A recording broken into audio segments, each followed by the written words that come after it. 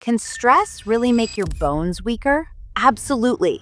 And it's happening to more of us than you think. Not because your bones suddenly crumble after a bad day, it's because long-term stress quietly rewires how your body operates. When you're under pressure day after day, your body stays in survival mode. And the scary part is, most people don't notice it while it's happening. You might not feel anything at first, but the effects are real. In this video, I'm going to show you exactly how stress undermines your bones, why common habits make it worse, and then walk you through a simple 3-step framework to rebuild them. Think about the last time you were lying in bed, completely exhausted, but your mind just wouldn't switch off. That's your stress response still running. Your heart rate stays slightly elevated, cortisol is still in your system, and your body hasn't switched into repair mode. Normally, once a threat passes, your body calms down and starts repairing. But when this keeps happening night after night, your body stays in that high alert state. Deadlines, relationship tension, doom scrolling, and late-night overthinking mean the danger never truly ends. Research shows that chronic psychological stress leads to elevated cortisol and inflammatory molecules that interfere with bone formation. Cortisol starts breaking down muscle proteins to free up energy. Over time, this erosion of muscle leaves you with less support around your joints. Muscle acts like a shock absorber. When it thins, your bones take more of the strain. Cortisol also tells your bone-building cells to slow down and your bone-breaking cells to speed up. The changes are subtle, but over years, they add up to weaker bones and a higher risk of fracture. Ask yourself if any of these sound familiar. Irregular sleep.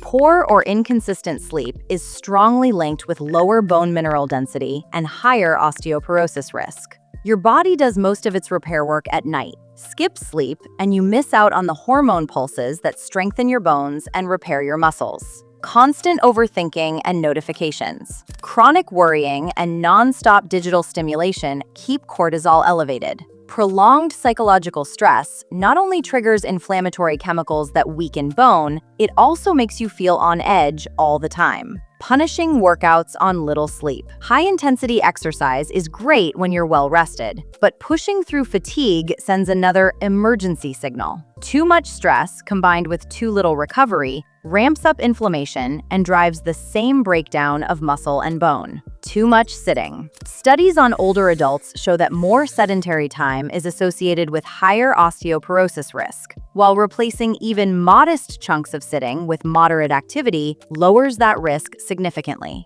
Sitting tells your body you don't need muscle or strong bones. These patterns don't have to be extreme to matter. A little stress here, a late night there, a skipped workout or a punishing one can keep your body in survival mode and slowly erode your physical foundation. So the question is, how do you fix this before it becomes permanent? Recover, rebuild, and resilience. Now I know, you can't avoid stress entirely, but you can change how your body responds. That's where our 3-step framework comes in. Think of it as moving from crisis management to proactive health.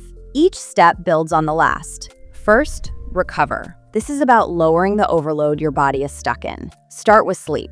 Not perfect sleep, just better sleep. Try to get 7 to 8 hours, and more importantly, go to bed at a consistent time so your body actually gets a chance to switch into repair mode. Then give your mind somewhere to offload. Take 10 minutes earlier in the day and write everything down so it doesn't follow you into the night. And even something as small as 2 minutes of slow breathing before bed can help your body come out of that constant stress state. Once your body starts settling, you move to rebuild. This is where movement comes in. Not intense workouts, just consistent signals. You don't need a full session. Do small things throughout the day. A few squats, a couple of push-ups, a short walk. Break up long sitting periods too. Every 30 to 60 minutes, just get up and move.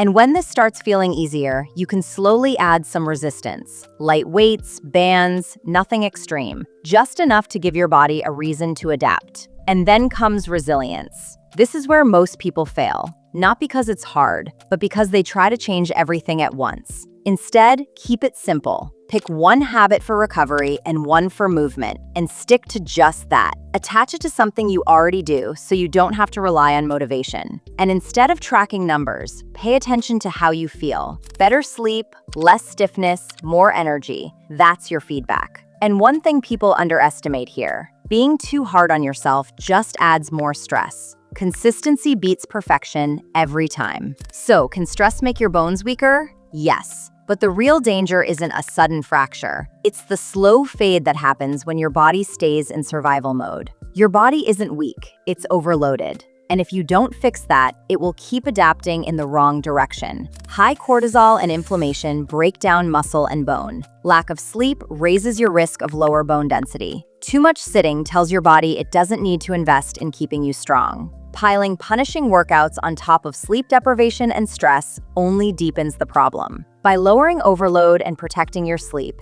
you shift your body back into repair mode. By sending frequent signals through micro workouts and movement snacks, you give your bones and muscles a reason to stay robust. And by practicing these habits long enough, with self-compassion and support, you build resilience that makes you harder to knock over, literally and figuratively. If anything you heard today resonated, let me know how you'll start reclaiming your repair mode in the comments. Remember, stress may not break your bones tomorrow, but it can slowly erode the system that protects them. Choose one habit today and give your body the signal that you're ready to rebuild. Share this with someone who needs to hear it, and comment "repair" if you're ready to start.